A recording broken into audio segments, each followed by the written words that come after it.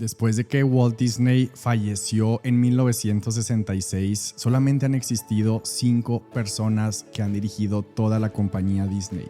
Solamente 5 mentes que han sido las personas que han tenido en sus manos una de las empresas más complejas y más influyentes de todo el planeta. Solo 5 en más de 100 años. Ese número no es casualidad, es evidencia del nivel de expectativa y del nivel de exigencia del puesto de director, del puesto de CEO de Disney, que no es un simple trabajo, es una de las oficinas más complejas, más desafiantes y más exigentes que existen en todo el planeta. Porque no solo hacen películas animadas, es un imperio que actualmente facturó $95 billones el último año. Producen películas, producen series, producen musicales de Broadway, publican libros, construyen parques, tienen hoteles, tienen cruceros y experiencias que realmente marcan generaciones. Prácticamente manufacturan magia, fabrican experiencias y manufacturan diversión. Pero detrás de todo eso hay algo que casi nunca vemos desde afuera, porque también son una empresa, y una empresa del tamaño de Disney,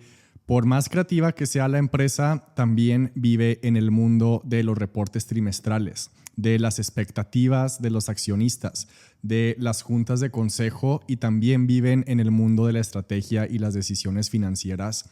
Un día puedes estar leyendo un script y aprobando la siguiente película animada, pero al día siguiente estás negociando con Steve Jobs la compra de Pixar.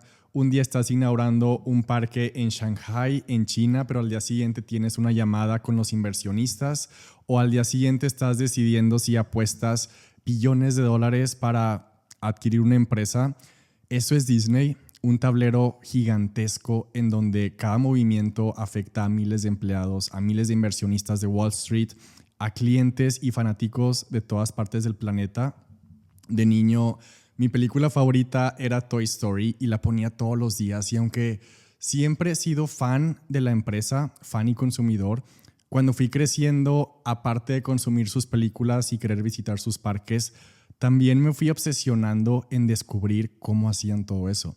Y desde hace mucho tiempo me he hecho la pregunta de cómo se dirige una empresa tan importante, tan grande y tan creativa como esta. ¿Cómo se hace eso? ¿Cómo se organizan detrás de cámaras? ¿Y quién es la persona capaz de dirigir y de organizar y mezclar creatividad con negocios, con finanzas, imaginación con los números y tantas ideas y tantos sueños, pero con estrategia? Y aunque Disney es una empresa pública, lo que pasa detrás de cámaras casi siempre ha sido como un gran misterio. Durante los años 2000, 2010, 2015, sabíamos mucho de sus películas, sabíamos de sus parques, pero la estrategia casi siempre era un secreto muy bien guardado. Me acuerdo perfecto de leer en el periódico noticias como que Disney estaba a punto de comprar Pixar, o en las noticias hablaban de una negociación con Marvel, y yo iba armando en mi cabeza, como con muchas piezas sueltas, esta idea de cómo era dirigir un imperio como este. No ayudaba tampoco que Bob Iger, que es el director de toda la compañía, el CEO, no ayudaba que él no era una figura mediática. No es alguien que normalmente dé entrevistas constantes ni de escándalos.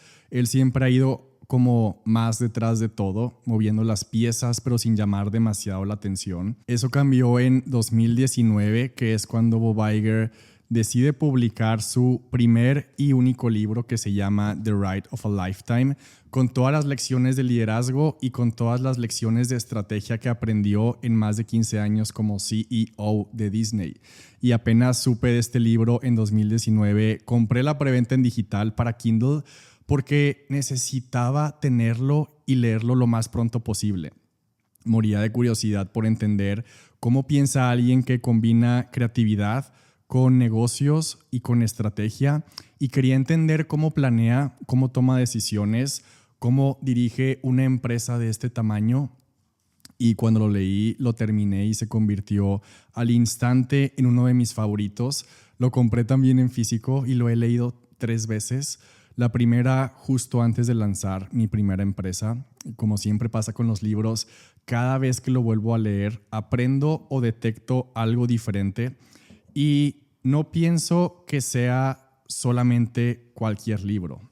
Hay muchas personas que me parecen interesantes, hay muchos empresarios que parecen impresionantes desde afuera y me parece impresionante lo que hacen todos esos otros empresarios y siempre puedo absorber algo nuevo, siempre estoy conociendo nuevas ideas, nuevas formas de pensar, nuevos directores, pero sí puedo decir que hasta este momento, hasta el día de hoy, solamente hay 2 personas que realmente admiro. Son las 2 personas que están muy arriba en mi lista y esas 2 personas son Bob Iger y Hillary Clinton. Y creo que lo que tienen ambos en común y lo que más me inspira de los dos es que ambos son personas que prefieren hacer el trabajo duro y personas que prefieren hacer el trabajo intenso detrás de cámaras. Ambos, los dos, se expresan de sí mismos como el tipo de personas que les gusta hacer el trabajo duro que los demás no quieren hacer.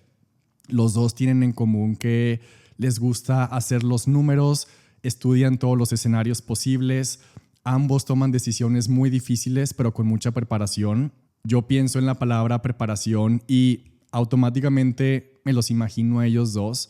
Y no nada más los admiro intelectualmente, casi toda mi ropa también es como la de ellos desde hace muchos años. Por eso empecé a usar blazers, sacos todo el tiempo y tengo exactamente los mismos suéteres que usaba Bob Iger y es como usar un uniforme y no dejar que la ropa, no dejar que tu apariencia sea un distractor de tu atención y de tus decisiones. Yo también le he agregado mi toque al estilo como las sobrecamisas, pero hasta ese toque mío siento que fue la mezcla de los dos. Pero este episodio no es de ropa, es lo contrario, es un episodio de estrategia, porque aquí se combinan 2 cosas. Primero, se combina la estructura y la forma de operar de una de las empresas que más me inspira por su capacidad de mezclar creatividad con negocios, con storytelling y con tecnología. Y en segundo, se combina con una de las 2 personas que más me inspiran, que es el líder que llevó a esta empresa a un nuevo nivel y que dejó escrito en este libro el mapa de cómo lo hizo. Y como menciona Bob al inicio del libro, es no solo para cualquier aspirante a ser CEO, sino para cualquier persona que quiera ser menos miedoso, menos miedosa, más confiado en sí mismo o en sí misma, para cualquier persona que quiera tener más confianza en su vida profesional y personal. Porque lo que muchas personas no saben es que Disney también ha tenido épocas muy malas. Una de esas muy malas épocas fue a finales de los 90s. Fueron 10 años de pleitos internos, de burocracia y de decisiones que realmente no funcionaban en la empresa. Ninguna película era exitosa. Era como si la empresa por fuera pareciera gigante y enorme, pero realmente en los números y por dentro la empresa estaba estancada y la creatividad se había acabado y el equipo lo sabía. Había falta de claridad, no sabían cuál era la prioridad, nada se ejecutaba, los proyectos no se concretaban, había mucha presión, había sobrecarga, había desorganización y esto duró una década entera. Mientras analizamos este caso de estudio, vamos a detectar cómo fue cambiando todo esto. Por eso este episodio es un análisis perfecto, porque no solo es para admirar la historia de una empresa o de una persona o de un CEO, es para entender las estrategias, para entender las decisiones y las lecciones que nosotros también podemos aplicar en nuestra propia vida y en nuestra propia empresa y en nuestros propios proyectos. Muchas veces creemos que las empresas son perfectas y que tienen expertos para todo, que nunca se equivocan, que cada movimiento está planeado al milímetro, pero la realidad no es así.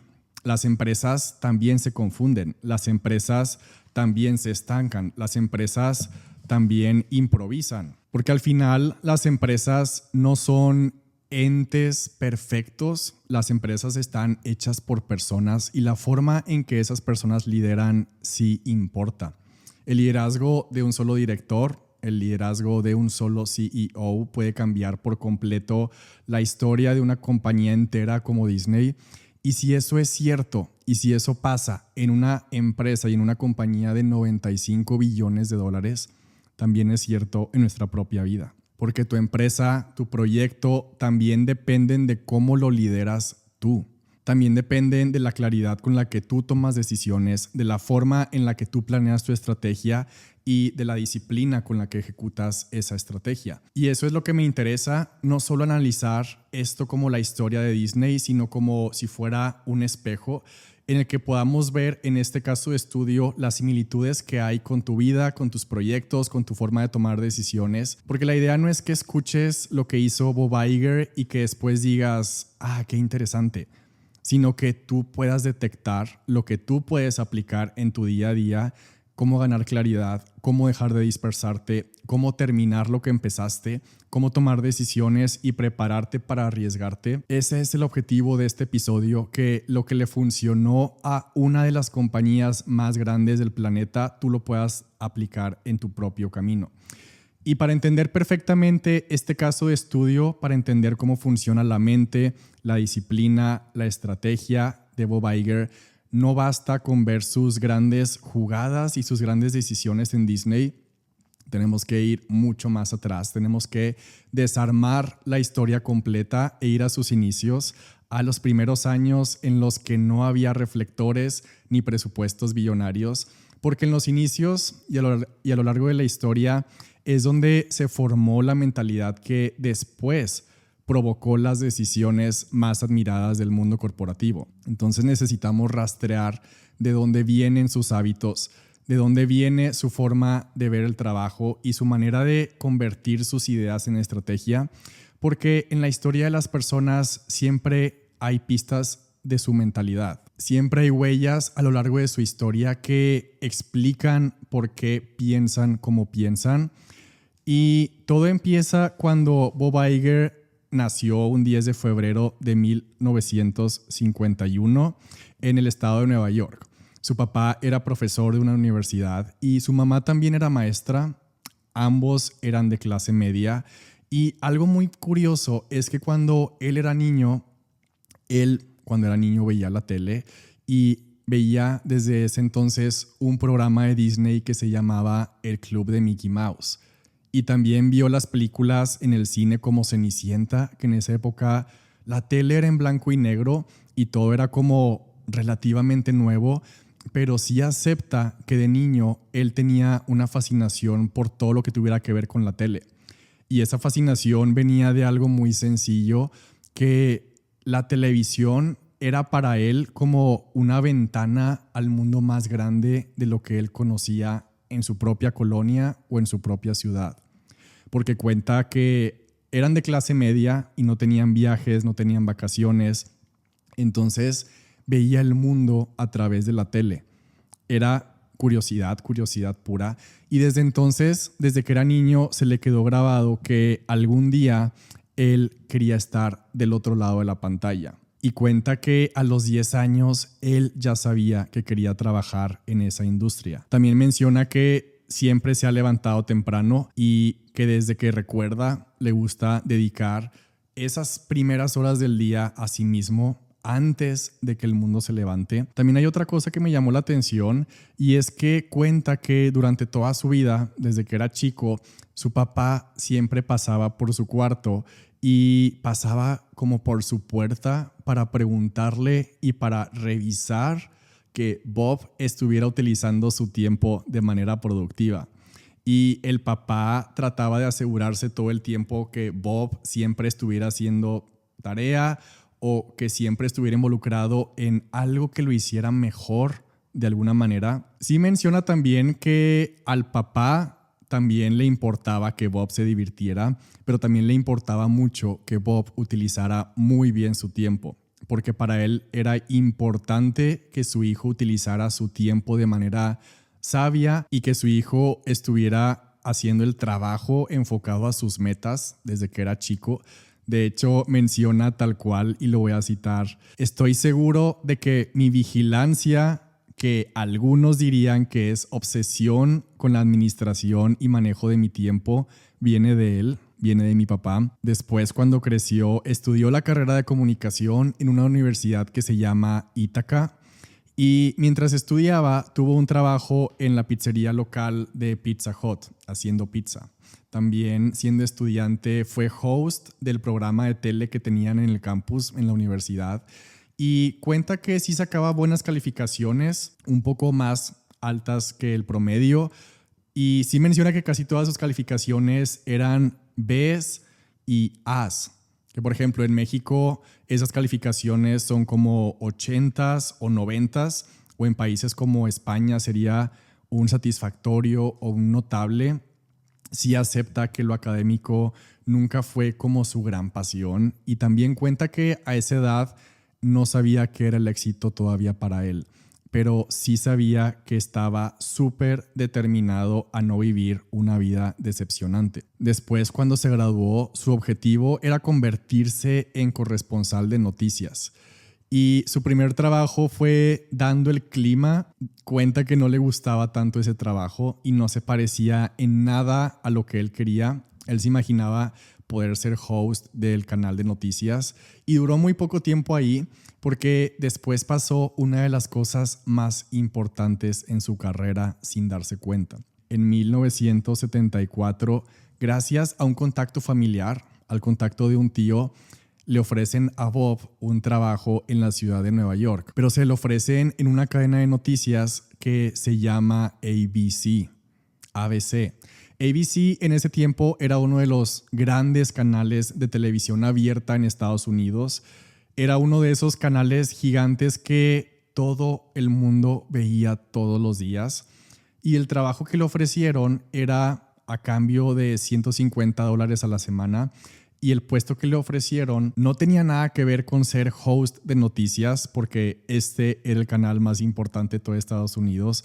Obviamente no le iban a dar a un desconocido más importante. Le dieron algo simple y sencillo. Le dieron el puesto de encargado de los estudios, pero no era nada glamuroso. Al contrario, era estar conectando cables, era revisar la luz, era asegurarse que todo el estudio estuviera listo para cuando las personas llegaran a grabar los noticieros. De hecho, él tenía que estar en el estudio todos los días a las 4:30 de la mañana para poder hacer pruebas de luz. Ahora, muchos años después, menciona que en ese trabajo aprendió a tolerar las jornadas de trabajo altamente demandantes, y aprendió a tolerar ese ritmo extremo de cómo es la producción en televisión y de cómo funciona ese mundo. Y menciona que esa ética de trabajo de intensidad se quedó con él hasta el día de hoy. Algo que pude notar la primera vez que leí este libro es que menciona en repetidas ocasiones esta rutina en la que se despierta a las 4:15 de la mañana.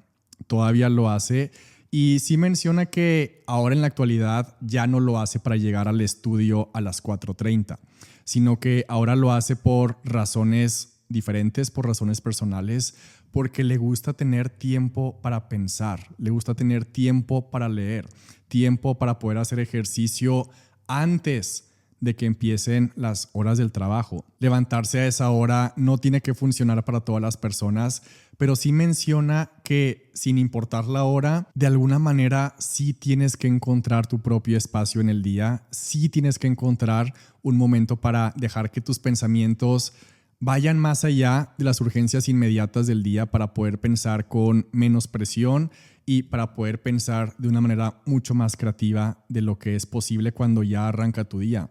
Y mejor de cuando ya hay correos, llamadas, mensajes y pendientes. Literalmente en el libro menciona esto: estoy seguro de que sería mucho menos productivo y mucho menos creativo en mi trabajo si no me diera esas primeras horas de la mañana, sin distracciones, antes de que empiece la avalancha de pendientes. Aunque estaba empezando desde abajo en esta empresa, como dice el título de su primer capítulo, empezando desde abajo, sí fue parte de proyectos importantes y fue parte de un equipo de trabajo muy dinámico, con proyectos que los escucho y a mí se me hacen muy emocionantes esos proyectos, porque, a ver, tenemos que entender que esa era otra época. Esa era una época en la que no había internet, no había redes sociales. Como parte de ese trabajo estuvo involucrado en coberturas muy especiales, como la cobertura de Juegos Olímpicos. En una ocasión también consiguió algo prácticamente imposible en esta época porque consiguió los derechos y los permisos para poder grabar un campeonato mundial de tenis en Pyongyang, que es la capital de Corea del Norte, en 1979, lo cual se me hace completamente impensable e imposible en esta época. Yo ya estuve en la frontera entre Corea del Norte y Corea del Sur, que es una de las fronteras más peligrosas de todo el planeta. Uno de los proyectos muy importantes de los que también fue parte fue la cobertura de uno de los conciertos televisados de Frank Sinatra en 1974. Y esto también hay que ponerlo en perspectiva, porque en esa época Frank Sinatra era la voz más famosa de todo el planeta. Era un ícono mundial y para Bob estar a cargo de cualquier detalle de su concierto y definir de qué ángulos iban a grabarlo, estar moviendo las cámaras, eso era algo enorme, porque era un especial televisado que iba a transmitirse a millones de personas, que en ese tiempo salir en tele nacional era lo más grande que existía en ese momento. Y para Bob estar detrás de cámaras de esas experiencias era como estar en la cima de la industria de los espectáculos y en la cima del entretenimiento. Y en estos años hay una figura muy importante que no pudiera dejar de lado, porque en la cobertura de todos esos eventos y en la cobertura de esos proyectos, una pieza clave en la mentalidad que desarrolló Bob fue a partir de su jefe. Y a ese jefe le atribuye muchísimas cosas personales y profesionales. El nombre de esta persona, el jefe de Bob, se llamaba Roon. Roon era presidente de ABC Sports, después fue presidente de ABC News. Bob cuenta que Roon fue un innovador absoluto de la televisión, porque en esa época él hacía que estos eventos que transmitían, como el concierto de Sinatra o como los Juegos Olímpicos, fueran un espectáculo global, un espectáculo lleno de storytelling. Y Bob siempre menciona a Roon como alguien de quien aprendió muchísimo, desde cómo manejar la presión, pero sobre todo aprendió sobre storytelling. Le enseñó cómo contar historias con todas esas coberturas y sobre todo le enseñó excelencia, porque sí menciona que su jefe era muy creativo, que era muy brillante, pero sobre todo sí menciona que era muy exigente. Algo que menciona es que para su jefe ningún detalle era demasiado pequeño y que sí buscaban la perfección.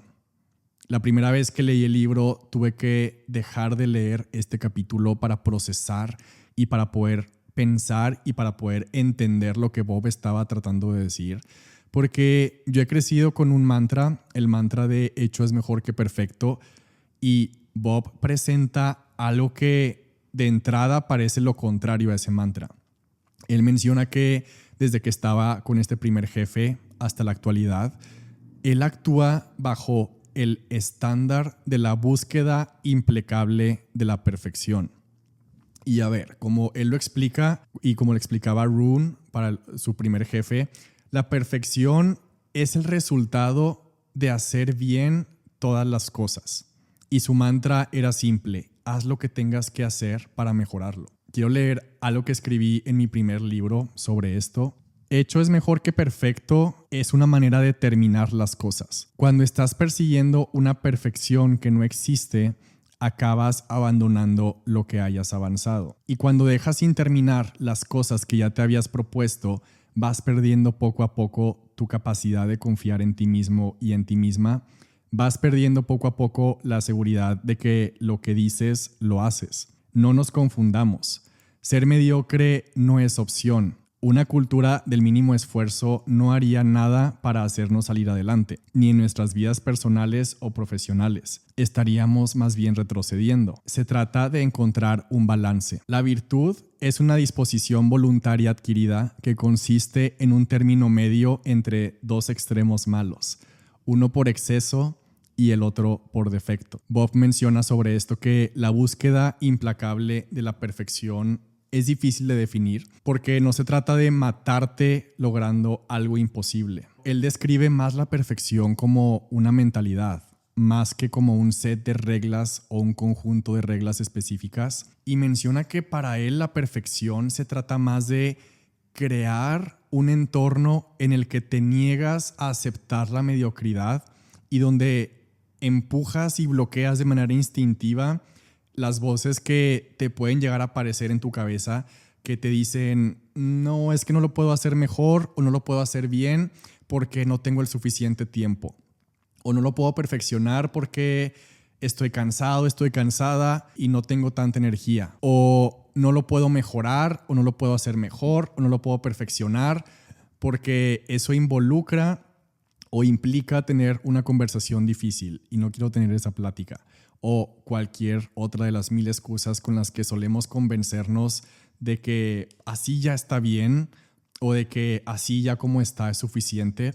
Y menciona que se trata de tener orgullo personal en el trabajo que tú creas y negarte a aceptar la mediocridad, negarte a aceptar un no como respuesta y a no aceptar la falta de energía como excusa y de siempre encontrar una mejor manera. Entonces, la perfección como la describe Bob no es una obsesión superficial de que todo se tiene que ver impecable. Tampoco es ese perfeccionismo tóxico que te paraliza y que no te deja avanzar ni terminar. Es otra cosa. Al final, para mí representa la decisión diaria de no conformarte. Es negarte a aceptar la mediocridad disfrazada de la típica frase, pues es que así está bien, y no permitirte dar menos de lo que realmente puedes. Yo me he dado cuenta que para mí la perfección no es el resultado. La perfección es la manera como haces las cosas. Es la forma en la que te preparas, la forma en la que ejecutas, la forma en la que decides, la forma en la que cuidas los detalles, aunque nadie más lo note, porque como haces algo es como haces todo. Y al final, buscar la perfección no significa obsesionarte con lo imposible, significa exigirte lo suficiente como para honrar tu potencial. Y cada vez que eliges esta mentalidad, sí estás enfrentando a tu mente a confiar en ti mismo, a confiar en ti misma, a confiar en que lo que dices lo haces. Y esa confianza y esa certeza de que puedes hacer y que sí puedes cumplir y que sí puedes ejecutar lo que te propones, vale más que cualquier otra cosa.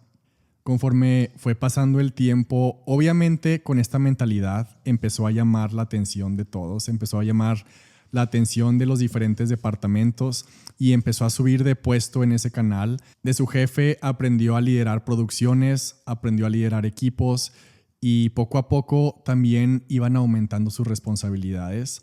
Y no todo salía bien. A finales de los 70s, él era el responsable de conseguir los derechos para transmitir un torneo de tenis que en esa época era como el US Open y trató, pero no lo logró. De hecho, otro canal se llevó los derechos y ABC no pudo transmitir el evento. Me llamó la atención que cuando estaba con los directivos de la empresa para analizar qué había pasado con esa situación, el director de la compañía preguntó que quién había sido el responsable y Bob lo dijo súper seguro de sí mismo. Dijo, yo fui el responsable.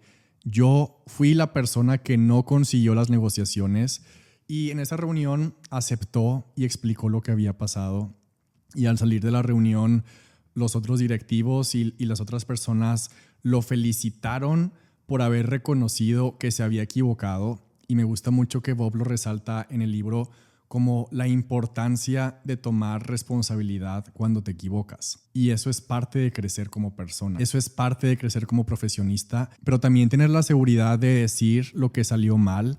Y eso no te hace ver menos, no te hace ver menos inteligente, al contrario, te hace ver más grande, te hace ver más responsable, porque la persona que toma responsabilidad demuestra que no vas a poner excusas ni echar culpas, demuestra que tienes madurez de aprender, madurez para crecer y madurez para seguir avanzando. Y eso siempre va a ser más impresionante que alguien que esconde errores o alguien que omite lo que falló o que prefiere culpar a los otros por miedo. Y conforme fue pasando el tiempo, aunque empezó como un asistente de estudio, Bob absorbió todo en este tiempo. Se volvió obsesivo con el uso de su tiempo, se volvió obsesivo con la perfección, se volvió experto en storytelling y con estar siempre preparado. Se obsesionó con anticiparse a los problemas y a resolverlos, pero resolverlos con calma. Y esa mentalidad obviamente hizo que se notara. Eso llama la atención siempre de todos porque no solo era el tipo de persona que solo trabajaba duro, sino que era la persona que se anticipaba. Era la persona que lograba que las cosas salieran mejor de lo que se esperaba. Y eso hizo que inevitablemente en 1989 lo nombraran responsable de toda la programación de ABC Entertainment. Ese trabajo significa que ahora él era el responsable de decidir qué series sí se producían y cuáles no. Ahora él era el responsable de leer, de revisar scripts, de leer libretos, de aprobar o rechazar pilotos de series. Él era el responsable de aprobar si sí se iba al aire o se cancelaba y se guardaba. Él tenía la última palabra y no eran solo decisiones de negocios, eran también decisiones creativas y tenía que balancear y equilibrar los números de esa división de la empresa con la calidad y con el presupuesto y con los resultados. Tenemos que recordar que en esa época no existía internet y todo lo que aparecía en los canales de tele, ese era el contenido. Entonces, estar en ese puesto dirigiendo toda la división de entretenimiento era tener la responsabilidad de decidir qué iba a funcionar o no en uno de los canales más importantes de Estados Unidos y qué iba a subir los ratings o qué podía hundirlos. Era como tener el control de lo que millones de personas iban a ver en sus casas. Era como si hoy en día solamente existieran 3 canales de YouTube o como si solamente existieran 3 cuentas de Instagram o 3 podcasts en todo el planeta y él decidía que iba a aparecer en una de esas 3 cuentas. Y cuando lo contratan para este puesto, él acepta con los dueños de la compañía que él no sabía mucho de creatividad. Él no sabía leer scripts. Él no sabía leer todavía libretos de series ni libretos de películas, pero agradece la confianza que le tenían los dueños de ABC porque confiaron en él y él también esperaba que ellos fueran pacientes mientras él aprendía del trabajo. Menciona en esta parte que no necesitas saber todo antes de empezar, solo necesitas reconocer lo que no sabes y aprenderlo y crecer en el proceso. Lo menciona de esta manera: eliges aprender, eliges prepararte y el proceso te transforma. Y a mí me encanta el título que le puso al siguiente capítulo, que se llama Reconoce lo que no sabes y apréndelo, porque menciona que no hay nada que genere menos confianza que una persona fingiendo un conocimiento que no tiene. Y menciona que la verdadera autoridad y el verdadero liderazgo viene de saber quién eres y de no pretender ser alguien más, porque cuando aceptas lo que no sabes, dejas espacio para aprenderlo. Dejas espacio para rodearte de personas que sí lo saben y creas espacio para aprender. Y al contrario, fingir te estanca, pero reconocerlo te impulsa a aprenderlo. Y sí menciona que al momento de aceptar esta nueva oficina y este nuevo rol dirigiendo toda la división de entretenimiento de ABC, se sintió como una caída libre. Pero también menciona que tu inexperiencia no puede ser una excusa para el fracaso. Y aunque menciona que no sabía nada sobre cómo funciona Hollywood, aunque menciona que no sabía cómo leer scripts o cómo elegir una serie, una película que iba a funcionar o no, esta mentalidad de preparación y de perfección y de excelencia y estar abierto a aprender cosas nuevas, gracias a eso logró que el canal ABC creciera hasta el número 1 y logró éxitos de programas que se volvieron icónicos en esa época, y en 1994 se convirtió en la persona que dirigía no solo la división de entretenimiento, sino ahora toda la compañía ABC. 20 años después de haber empezado en el canal, en un estudio vacío a las 4:30 de la mañana, 2 décadas después, ya era la persona que dirigía uno de los 3 medios de comunicación más poderosos de todo el planeta. Y algo pasó en 1995, algo que cambió por completo toda esta historia y cambió por completo el futuro de Bob y también cambió toda la industria, porque en este año, en 1995, es cuando entra Disney a esta historia. Disney en 1995 era dirigido por un CEO llamado Michael Eisner.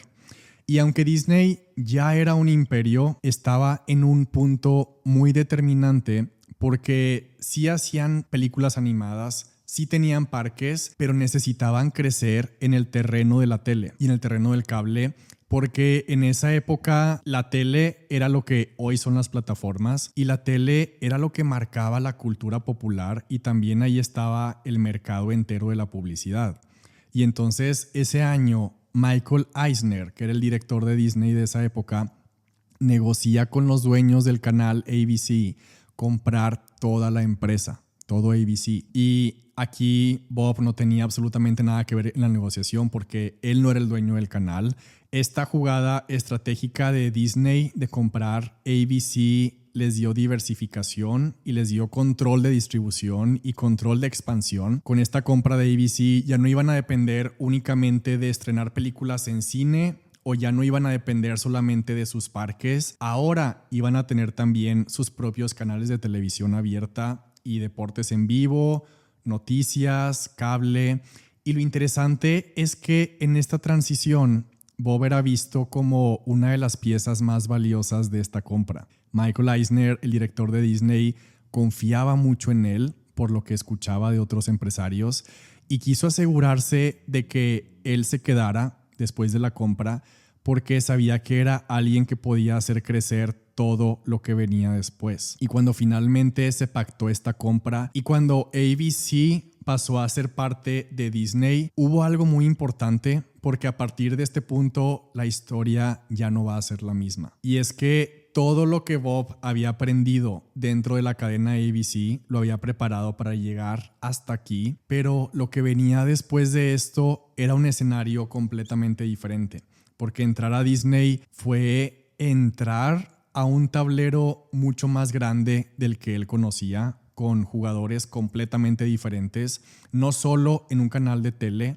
sino en una de las compañías más influyentes del planeta. Y es justo a partir de aquí en donde comienza el verdadero análisis y donde podemos empezar a detectar cómo se toman las decisiones importantes en una empresa y cómo se combina estrategia con creatividad y cómo un líder se estructura, cómo un líder piensa y cómo un líder planea. Lo que pasó con esta compra fue que ABC pasó a ser parte de Disney y Michael Eisner le dio a Bob Iger, un nuevo puesto que no existía antes, en el que él iba a ser presidente de The Walt Disney Internacional. Eso significa que Bob iba a ser el responsable y el encargado de expandir y de supervisar todas las operaciones de Disney fuera de Estados Unidos. Y otra vez Bob entra a un terreno que no conocía, no tenía experiencia manejando operaciones internacionales, no sabía cómo funcionaban los mercados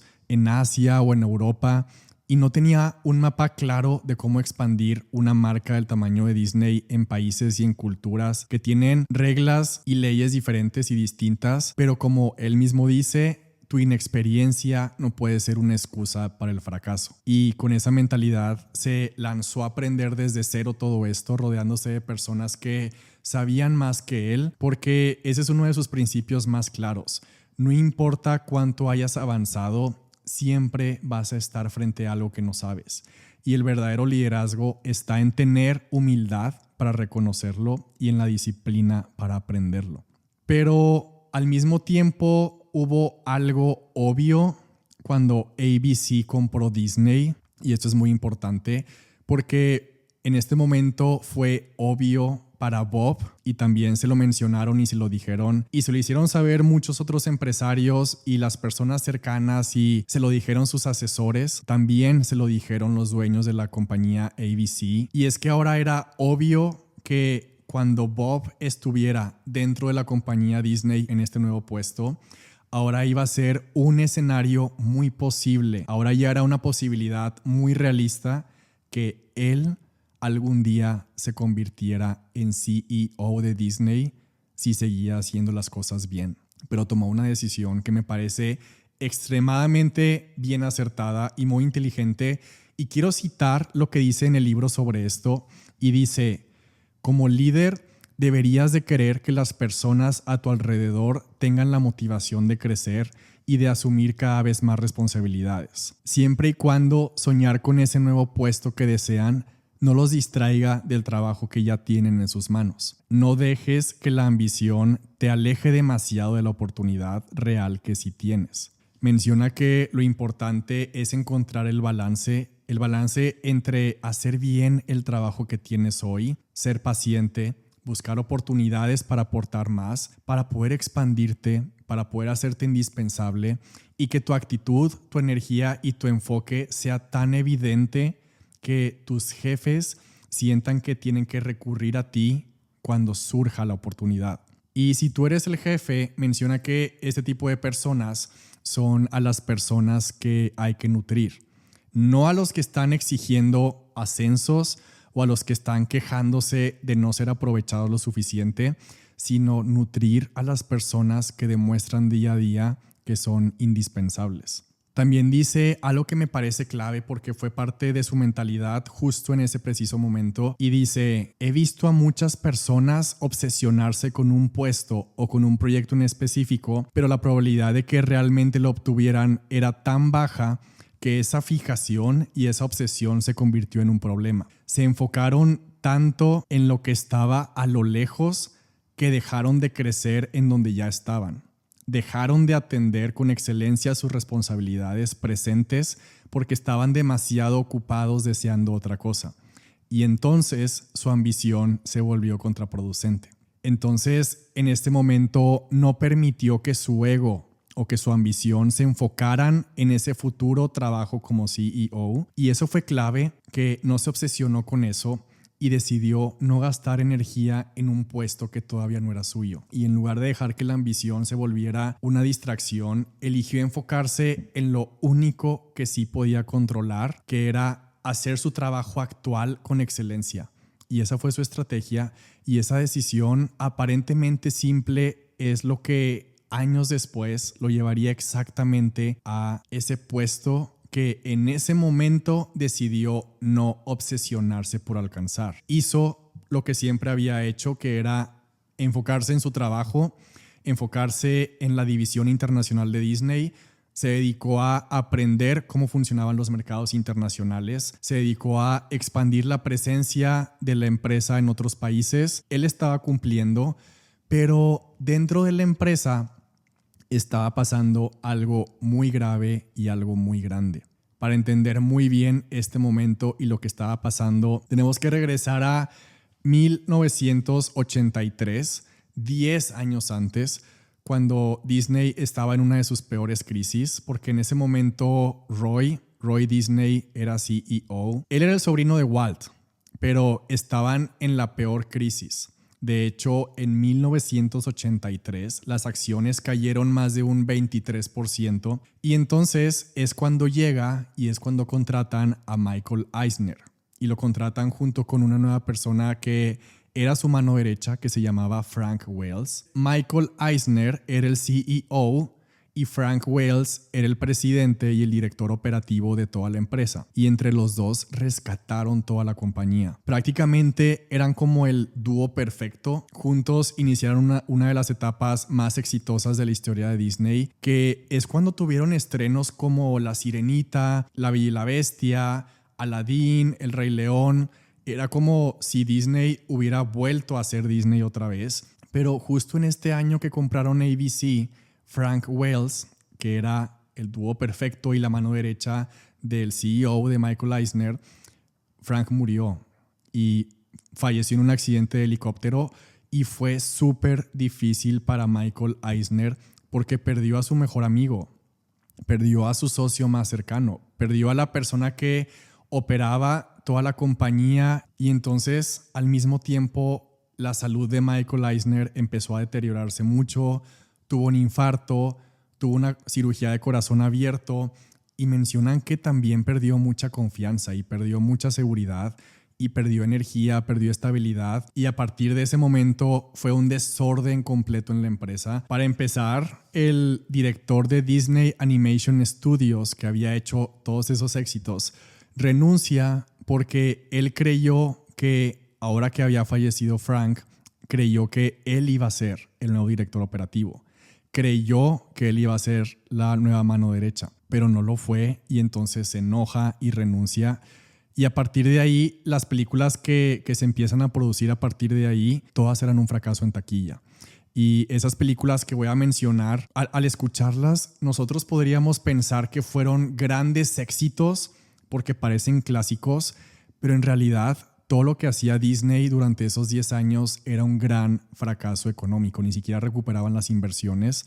Eran fracasos como Pocahontas, El Jorobado de Notre Dame, Hércules, El Planeta del Tesoro, que aunque estas películas tienen muchos fans, cuando las estrenaron no generaron nada de dinero. Y esta crisis duró por 10 años y era una crisis creativa muy grande en la que nada funcionaba en la empresa, nada vendía y había algunas películas que sí funcionaban, pero eran las películas que lanzaban junto con Pixar.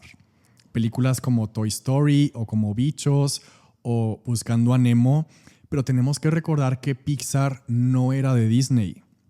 El dueño de Pixar era Steve Jobs y solamente tenían un contrato para que Disney distribuyera esas películas.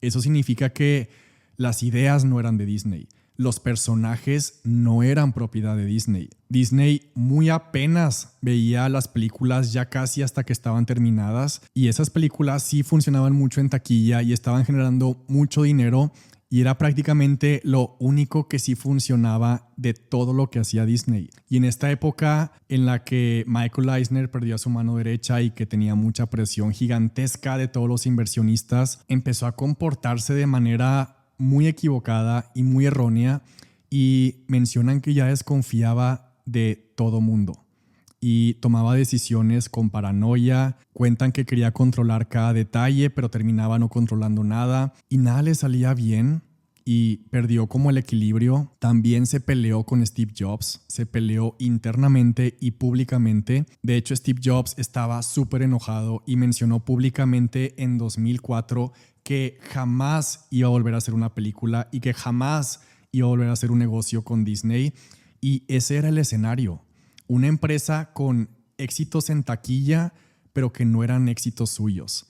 Una empresa con fracasos que mostraban una crisis creativa, con un CEO debilitado, con un CEO cansado, con un CEO cada vez más cuestionado. Y Bob comenta que la empresa ya operaba prácticamente bajo el pesimismo.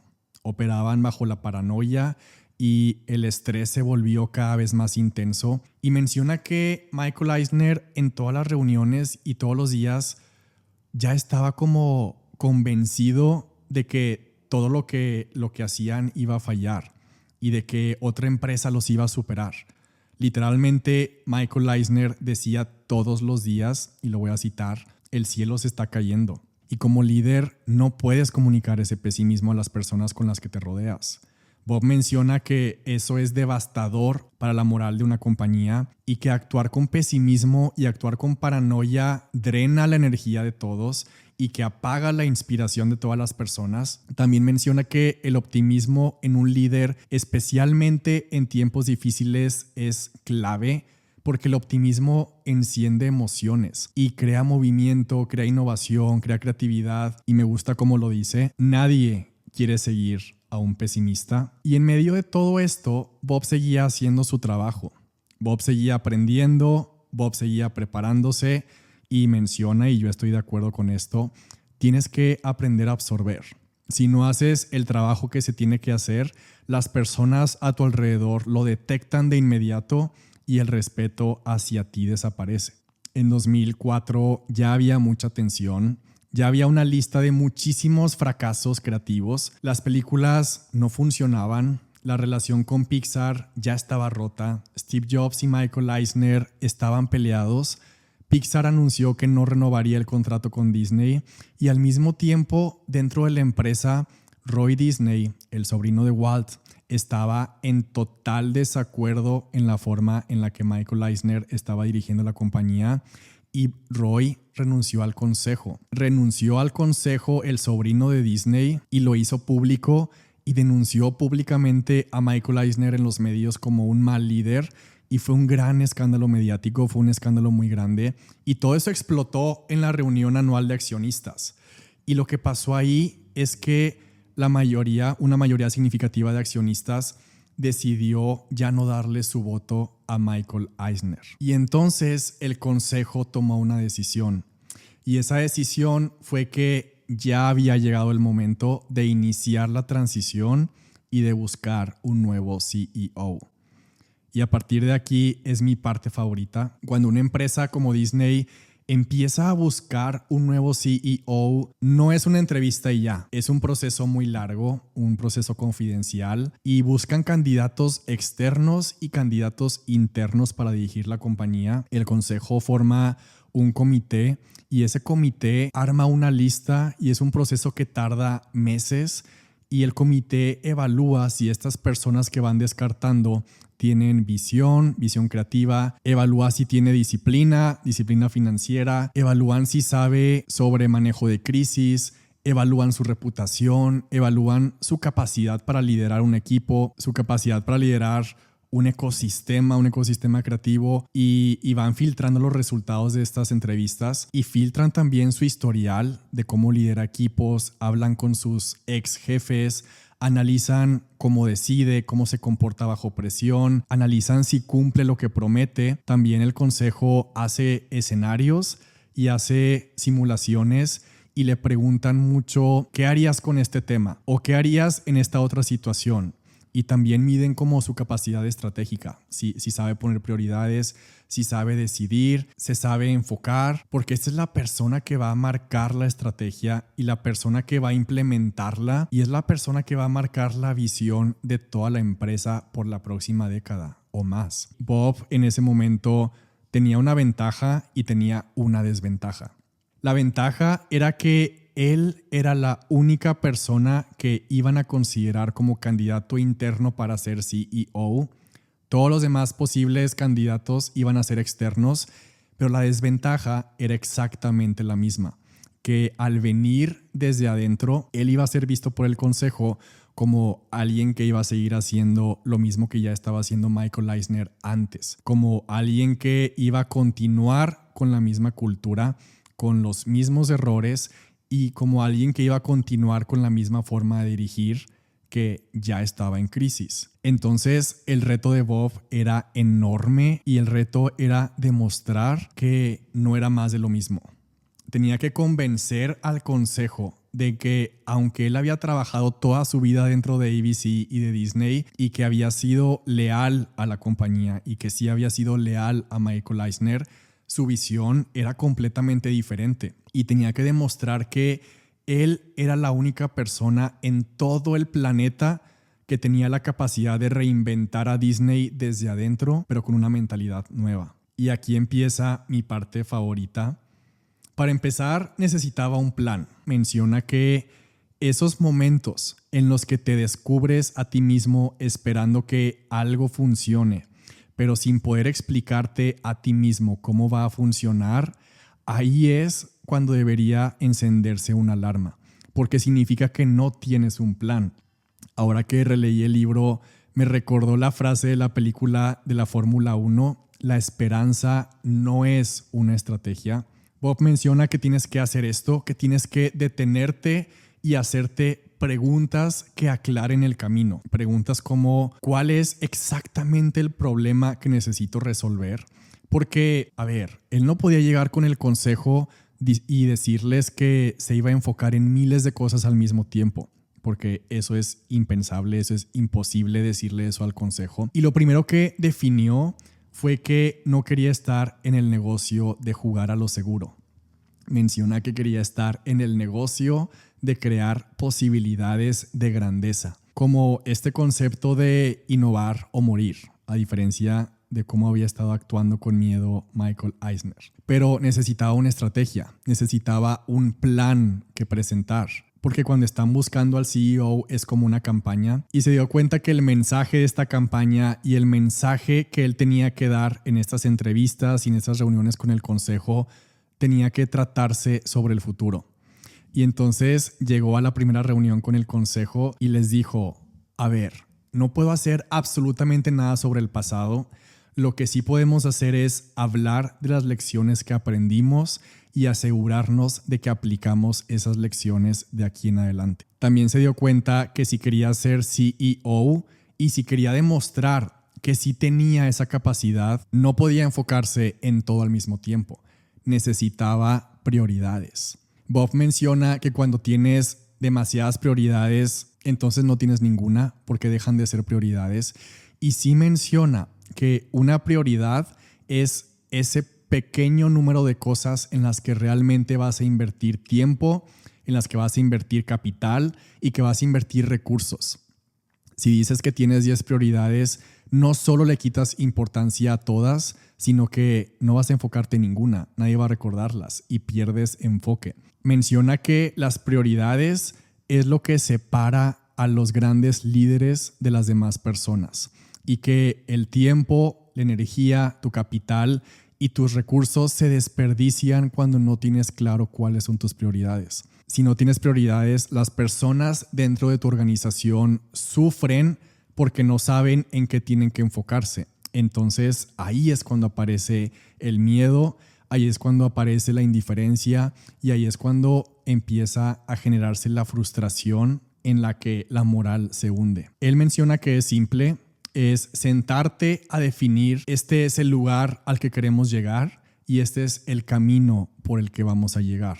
Hablando de cómo definir tus prioridades y cómo definir en lo que te vas a enfocar, cuenta que una de sus personas más cercanas una vez le dio este consejo y lo voy a leer. Evita meterte en el negocio de fabricar aceite para trombón. Podrías convertirte en el mejor fabricante de aceite para trombón de todo el mundo, pero al final el planeta solo consume unos cuantos litros de aceite de trombón al año. Lo que le estaba diciendo esta persona era no inviertas en proyectos que solamente van a desgastar tus recursos internos y los recursos de tu empresa, pero que no te van a devolver casi nada. Y menciona que todavía conserva ese consejo en un papel escrito en su escritorio y que de vez en cuando lo saca y lo utiliza como ejemplo cuando tiene que hablar con ejecutivos de Disney sobre en qué proyectos vale la pena enfocarse y en cuáles enfocar su energía. En esta campaña para ser CEO también menciona que tenía que enfocarse en su capacidad para ver la imagen completa, pero también poder ver los pequeños detalles. Porque menciona que el éxito o el fracaso de algo casi siempre se define en los detalles y vuelve a repetirlo en el libro y dice, pon atención a los detalles. Así como con la perfección, menciona que lo grandioso no es más que una colección de cosas muy pequeñas bien hechas. Entonces definió las 3 prioridades estratégicas que iban a ser la base de todo lo que él haría si lo elegían. La primera era crear contenido de la más alta calidad, porque Disney al final del día vive y respira de las historias que cuenta. Si no hay grandes películas, si no hay grandes personajes memorables, si no hay magia en el contenido, lo demás tampoco funciona. La segunda fue adoptar la nueva tecnología con compromiso, con entusiasmo y con sentido de urgencia. Porque en ese momento ya estaba creciendo el mundo digital, ya estaban creciendo las plataformas y el internet, y Bob sabía que si Disney se quedaba atrapado en el pasado, iba a perder relevancia.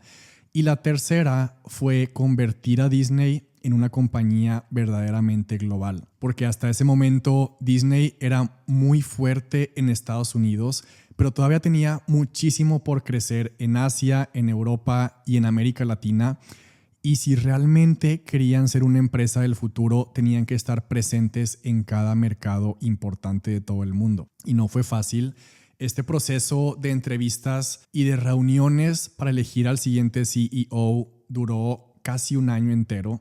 También menciona que había muchas personas que no creían en él. Había personas que no creían en él dentro del consejo, personas que no creían en él como empresarios externos, muchos medios de la prensa, noticieros, todos daban opiniones entre consultores, empresarios, y todo mundo iba a los medios de comunicación a dar su opinión porque era una decisión muy grande y todos cuestionaban si Bob tenía realmente lo necesario. Pero él tomó una decisión en ese proceso y esa decisión fue ignorar las distracciones que él no podía controlar. Porque es muy fácil dejarse atrapar por rumores o preocuparse por lo que las demás personas puedan llegar a pensar o lo que pueden decir de ti o escribir de ti, pero menciona que parte de demostrar que merecía ese trabajo era mantenerse estable, mantenerse firme. También dice que siempre se ha considerado a sí mismo como una persona inmune al estrés y capaz de mantenerse enfocado y tranquilo en situaciones intensas. De hecho, menciona mucho que sabe muy bien compartimentar y dice que es muy fácil ser optimista cuando todos te dicen que eres increíble, pero es mucho más necesario ser optimista cuando tu valor está siendo cuestionado. Y cuando tu valor está siendo cuestionado de manera pública y con toda esa preparación y con todas esas críticas públicas y todo ese escrutinio, menciona que al final él estaba seguro y que es una de las cosas en las que más está orgulloso, que es su capacidad y su disposición para esforzarse más que cualquier otra persona. Al final de todo este proceso, en 2005, después de tanta presión y después de tantas pruebas, después de tantas entrevistas y tantos escenarios, finalmente el consejo tomó la decisión y lo aprobó.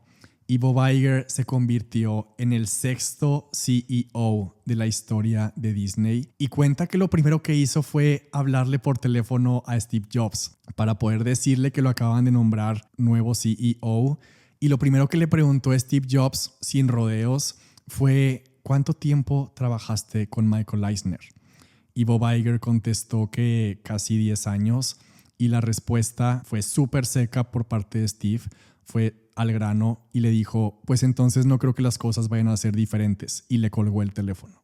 Justo aquí comienza la segunda parte del libro que se llama Liderando. Es donde todo se vuelve todavía más interesante porque una cosa es soñar con ser CEO y otra muy distinta es llegar a la oficina el primer día y tener que arreglar problemas que llevaban más de 10 años sin resolverse. Porque ¿qué haces el primer día que te sientas en la oficina más importante de todo Disney? ¿Cómo empiezas a resolver problemas que llevan más de 10 años sin resolverse? ¿Y cómo diriges el imperio que fundó Walt Disney sabiendo que el mundo entero te está viendo? De hecho, para este episodio preparamos un descargable con las notas de las lecciones de Bob Iger. Son las notas con sus principios, su mentalidad y su forma de tomar decisiones, junto con todas estas estrategias que lo llevaron a transformar Disney. Son notas con las que puedes empezar a prepararte y tomarte en serio e imprimir estas notas y no solamente dejarlo como haber escuchado un podcast. Te recomiendo imprimir estas notas, no son solamente para leerlas una vez, son para imprimirlas y tomarte el tiempo de estudiarlas, de cuidar los detalles, de leer con atención. Te recomiendo utilizar un marcatextos y marcar lo que te resuene a ti. Usa un marcador para subrayar los conceptos que quieres implementar, lo que quieres repasar o lo que quieres reforzar. Subraya las partes que encuentres más útiles para ti, porque estos principios no sirven si solo los escuchas, sirven cuando los estudias, cuando los relees, cuando los usas como recordatorio para decidir mejor, para planear mejor, para ejecutar con más excelencia. Te recomiendo imprimirlas, leerlas con atención, tenerlas a la vista. Es lo que hace la diferencia entre solo admirar la historia de Bob o aplicarla en tu propia vida. Para obtener estas notas del episodio es súper fácil, son gratuitas. El link para descargar estas notas está en la descripción del episodio, son completamente gratuitas. Te recomiendo ir a descargarlas ya mientras sigues escuchando esto para que no se quede solo en inspiración, sino en acción. Y tenemos que recordar que Disney Animation estaba roto. Pero Bob tenía sus prioridades muy claras. Tenía un plan, no sabía si iba a funcionar, pero lo primero que quiso hacer fue acercarse más a Steve Jobs. Así que volvió a hablarle esos primeros días y le preguntó si podía ir a visitarlo. Y antes de entrar directo al tema de Pixar, que era el gran conflicto, lo primero que hizo fue ofrecerle y puso a disposición de Apple, películas y series de Disney. En esta reunión, cuando Steve vio que ya había más confianza, Steve le enseñó el prototipo del primer iPod que iba a poder reproducir video. Y aunque era una pantalla súper chiquita, estaban muy sorprendidos y estaban muy emocionados con lo que estaban viendo. Y ahí mismo, sin consultar a nadie en Disney, Bob tomó esa decisión y le dio los derechos a Apple para que pudieran usar películas y series en este nuevo iPod de video. Y lo que pasó fue que semanas más tarde, Bob Iger estaba en el evento más importante de Apple, que es la presentación de productos, y Bob estaba en el escenario presentando esta colaboración al mundo. Pero lo más importante no era ese iPod ni el evento, lo importante era que Steve entendiera algo, y era que con Bob las decisiones sí iban a ser diferentes. Y esta confianza empezó a crecer y a generar también una amistad muy grande con el tiempo. Y varios meses más tarde lo que pasó fue que Bob le llamó otra vez por teléfono y le dijo: Steve, tengo una idea que puede parecer una idea loca. Y Steve le preguntó cuál era esa idea loca. Y Bob le dijo: ¿qué opinas de que Disney compre Pixar? Y Steve se quedó callado unos segundos y le contestó: ¿sabes qué? No es la idea más loca del mundo. Bob sabía perfectamente por qué esa idea tenía todo el sentido del mundo, porque Pixar tenía todo lo que Disney había perdido. Pixar tenía creatividad, tenía la tecnología más avanzada de animación por computadora, tenía un equipo de artistas, un equipo de ingenieros, pero también un equipo de storytellers que estaban revolucionando el cine, porque cada película que lanzaban no solo era un éxito en taquilla, cada película que Pixar hacía era un fenómeno cultural. Por ejemplo, Toy Story no solo fue la primera película animada, sino que fue la primera película completamente hecha con una computadora. Y cada película era una muestra más de lo que pasaba cuando combinas ciencia con arte y con storytelling al máximo nivel. Nemo, Monsters Inc., Los Increíbles. Y en cambio, Disney Animation estaba estancado. Y el director de Disney Animation había renunciado por todo el conflicto interno y sus procesos eran súper viejos, la tecnología estaba obsoleta, los equipos estaban súper desanimados porque nada funcionaba. Mientras Pixar estaba creando películas increíbles con innovación, Disney estaba repitiendo fórmulas que ya no funcionaban, y por eso para Bob era muy importante a partir de ahora comprar Pixar, porque desde su perspectiva esa era la única forma de recuperar lo que Disney ya no tenía. No nada más para adquirirla y no nada más para comprarla, sino también para que el equipo de Pixar ahora también dirigiera todo Disney Animation. En una junta de consejo, los accionistas le preguntaron a Bob: es que, ¿por qué no nada más contratas a las personas que trabajan en Pixar y ya? Y Bob le respondió: es que ellos son diferentes. Ellos no lo hacen por dinero.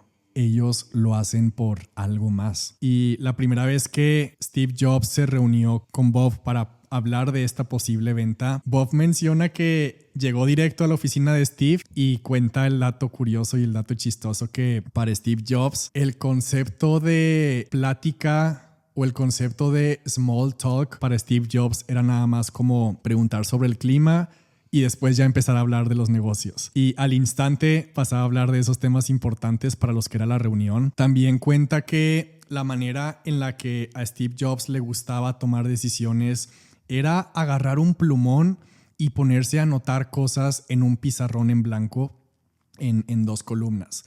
En una columna los pros y en otra columna los cons. Y entonces cuenta que en esa reunión escribieron muy pocos pros y escribieron muchos contras. pero Steve le dijo unos cuantos pros sólidos son mucho más poderosos y mucho más importantes que decenas de contras. Y la primera vez que leí esa frase en el libro, esa frase se quedó conmigo y de hecho la utilicé y la cité para uno de mis personajes en mi novela, porque no necesitas eliminar todos los riesgos para avanzar. Solo necesitas pocos motivos, pero que esos pocos motivos sean de mucho peso. Lo demás son excusas que siempre van a existir. Y como menciona Bob, si esperas a tener cero riesgo, nunca vas a dar el paso. Y después de todo un análisis y después de hacer también los números y después de hacer muchísimos escenarios diferentes, Bob decidió que sí quería comprar Pixar, pero no podía hacerlo él solo porque necesitaba una inversión de $7 billones y necesitaba que esto se lo aprobara el consejo. Tal vez ahorita hace mucho sentido, pero en el momento esta compra era todo menos segura. En la industria y en el mundo de los negocios, en esa época, esta decisión era vista como una de las peores jugadas y una de las jugadas más riesgosas que una empresa podía hacer. Primero, porque era la primera gran petición que Bob iba a hacer al consejo y lo iba a hacer días después de haber entrado como CEO. Y no estaba pidiendo un ajuste de presupuesto o no estaba pidiendo algo pequeño, estaba pidiendo $7 billones para comprar una sola empresa. Segundo, comprarle la empresa a Steve Jobs no era cualquier cosa. Eso significaba que al comprarle la empresa, ahora Steve Jobs iba a tener un asiento y un lugar en el consejo de Disney. Y todos sabían, porque no era ningún secreto, que Steve Jobs tenía una fama de ser una persona dura, muy directa, pero dura, con un temperamento fuerte, alguien que hacía las cosas a su manera. Y había mucho miedo de que al ser parte del consejo terminara siendo más como una amenaza o como si fuera su oportunidad para dominar y controlar toda la empresa. Y tercero, la apuesta era súper alta porque Pixar, aunque parecía invencible, Pixar realmente seguía siendo un estudio nuevo, un estudio pequeño comparado con todo el imperio de Disney y no había garantía. En ese momento, en esa época, no había garantía de si la animación por computadora iba a seguir siendo rentable o no. Y todo esto en un contexto en donde Disney no estaba fuerte, al contrario, venía de una década de fracasos creativos muy grandes, conflictos internos, accionistas enojados, y Bob sabía que lo estaba apostando todo al pedir esto, estaba apostando su credibilidad, su recién estrenado puesto y estaba apostando el futuro entero de la empresa. Si esto fallaba, ya podía significar el final de su carrera y el final de su liderazgo y el declive definitivo de Disney. El día que presentó esto al consejo, su esposa le dijo: sé valiente, sé audaz. Menciona que todo el mundo le repetía una y otra vez que esta decisión era demasiado arriesgada. Todo el mundo le aconsejara que no lo hiciera, que era una locura que Steve Jobs fuera a ser parte de la empresa. Le decían que Steve estaba loco, le decían que los números no cuadraban, que era mucho dinero para comprar esta empresa, que el trato no tenía sentido. Incluso el CEO anterior, Michael Eisner, estaba hablándole a todo el mundo en el consejo para decirle que eso era un error. También lo dijeron públicamente. Trataron de que Warren Buffett estuviera también en contra de esto. La prensa estaba en contra, los analíticos estaban en contra. Y en una decisión tan difícil hay algunas piezas, principios y conceptos que utilizó Bob para poder tomar esta decisión. Eso también está incluido en las notas que puedes descargar. Número 1, menciona que sí tienes que hacer el trabajo, sí tienes que hacer la tarea y tienes que estar preparado y hacer escenarios y hacer los números, pero también tienes que reconocer que nunca habrá un 100% de certeza. Menciona que no importa cuánta información te den, al final siempre todo es un riesgo.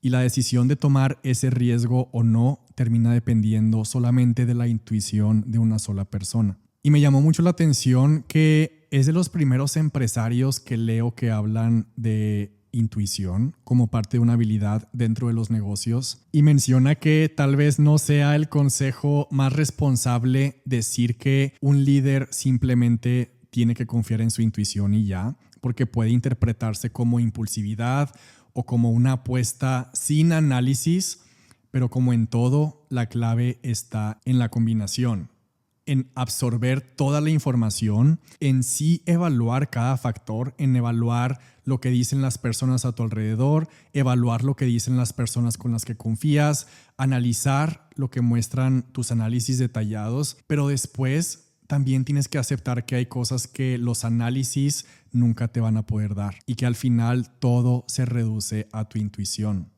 y a preguntarte esto está bien o esto está mal, lo hago o no lo hago, porque nada está asegurado.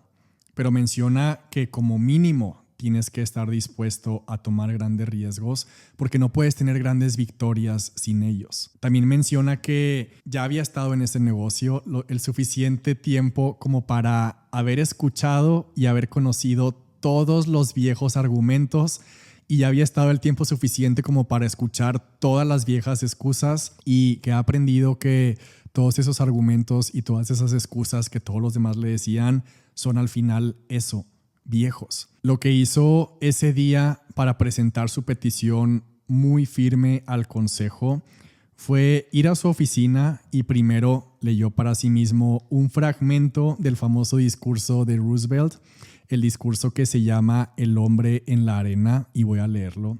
El discurso dice: no es el crítico el que cuenta, ni el hombre que señala cómo tropieza el del frente, ni el que señala cómo el que sí hace las cosas podría haberlo hecho mejor. El mérito pertenece al hombre que está en la arena, cuyo rostro está manchado de polvo, sudor y sangre. Este texto también forma parte de mi novela y quise incluirlo al final porque también es parte del mensaje. Y después de leer esto, Bob fue con el consejo y presentó su decisión. Él estaba súper seguro a pesar de que todos estaban en su contra. Él sabía que Pixar iba a traer a la empresa una cultura de excelencia, de ambición y de disciplina. Y le dijo al consejo: tenemos que hacerlo. Nuestro futuro empieza aquí, esta noche. Y el consejo, al ver toda su presentación, aprobó esta decisión y aprobó que Disney comprara Pixar.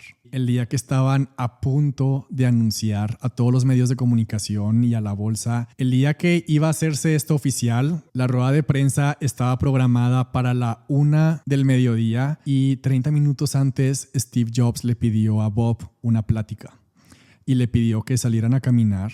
Y Bob cuenta que exactamente a las 12:30, 30 minutos antes de la rueda de prensa, Steve le confesó algo muy triste y le pidió que esto fuera confidencialidad.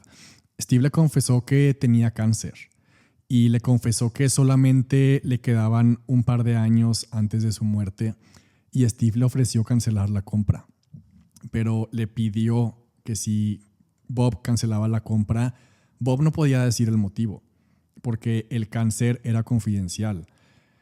Pero Bob decidió seguir con el trato, se mantuvo con su decisión y ese día, en punto de la 1, se comunicó públicamente que Disney adquirió Pixar Animation Studios por $7.4 billones. Después de esa compra, los líderes de Pixar quedaron también a cargo de dirigir Disney Animation y ahí empezó un cambio total, porque eso era lo importante, que la cultura de Pixar se filtrara en todo Disney Animation, que su manera de trabajar, su manera de arriesgarse, su manera de innovar se convirtiera en el nuevo ADN de Disney Animation. Y esto fue apenas el inicio, porque después de esa jugada, Bob siguió aplicando exactamente los mismos principios y poco tiempo después compró Marvel y tiempo después compró Lucasfilm, es decir, Star Wars, y también Fox. También inició la construcción de Disney en Shanghai, en China. Y quiero que recordemos algo, que en 2005 Bob acababa de tomar el puesto como CEO y lo primero que hizo fue pedirle al consejo que confiaran en él, con todo el mundo diciendo que estaba loco, con los medios, analistas y con el antiguo CEO en su contra, hablando mal públicamente, y con el paso de los años, con sus prioridades bien puestas y con su estrategia, ¿qué pasó después? Pasó que Pixar siguió haciendo historia y cada estreno seguía siendo un fenómeno cultural. Estrenaron películas como Los Increíbles 2, Ratatouille, Wall-E, Up, Toy Story 2, Toy Story 3, Buscando a Dory, Toy Story 4, Intensamente 1, Intensamente 2, Coco, y prácticamente cada película que estrenaba Pixar rebasaba el $1 billón. Pero lo más interesante es que Disney Animation, que estaba roto y que estaba estancado, sí se renovó con esa cultura que trajeron de Pixar. Y la creatividad regresó, la estrategia regresó, las ideas regresaron, los ánimos volvieron y empezaron a crear otra vez personajes e historias como Frozen, que superó la cifra de $1.2 billones y se convirtió en un fenómeno cultural. Eso hace más de 10 años que no pasaba en la empresa. Después estrenaron Moana, que rebasó también el $1 billón. Después estrenaron Zootopia, que también cruzó el $1 billón. Frozen 2 también. Y recuperaron no solo las ganancias, sino que recuperaron su prestigio, recuperaron su nombre, recuperaron su lugar en la cima de la creatividad mundial. Y esta compra de la empresa que costó 7 billones y que trajo a todo el equipo de Pixar y que trajo a Steve Jobs al consejo, costó 7 billones, pero en total, hasta este momento, Pixar más Disney Animation han generado más de $21 billones. Solamente en taquillas, sin contar ventas de mercancías, derechos, etc. Y aunque todo el mundo decía que era una inversión gigantesca, que no valía la pena y que no hacía sentido en los números y que nunca lo iban a recuperar, lo caro hubiera sido no invertir. Lo caro es no invertir y quedarte con un Disney estancado y roto. Eso sí hubiera estado mal y eso sí hubiera sido caro. Y lo que podemos ver es que cada decisión que parece costosa, cuando está alineada con estrategia, una inversión siempre se paga 1000 veces sola. Y esto no paró ahí, porque con Marvel, que costó $4 billones, hoy las películas han generado más de 29 billones. Con Star Wars, que también han generado más de 10 billones en ingresos. Y al final, más que recuperar el dinero, lo que Bob compró fue una cultura de excelencia, una cultura de creatividad, una apuesta a largo plazo con una estrategia muy clara. Y podemos ver cómo esa es la diferencia entre improvisar y tener prioridades. Porque cuando tienes un plan, puedes arriesgar. Cuando tienes un plan, puedes convencer a los demás de apostar por ti y el mundo termina dándote la razón con tus resultados. Y lo más importante es que con cada una de estas jugadas, Bob fue dejando callados a todos. A la prensa que decía que estaba loco, a los analistas que aseguraban que los números nunca iban a hacer sentido y que los números nunca iban a dar, a los mismos directivos que dudaban de él, porque cada decisión que tomó fue siempre un éxito y todo se convirtió en historias de billones de dólares y de personajes inolvidables. Y a pesar de que todos decían que era demasiado pronto, demasiado arriesgado o que no era el momento de hacer esas compras, o si se hubiera esperado al momento perfecto, no lo hubiera hecho. Y la oportunidad se hubiera pasado y Disney nunca se hubiera renovado, y él estaba cumpliendo lo que dijo Bob al consejo, que se trata sobre el futuro.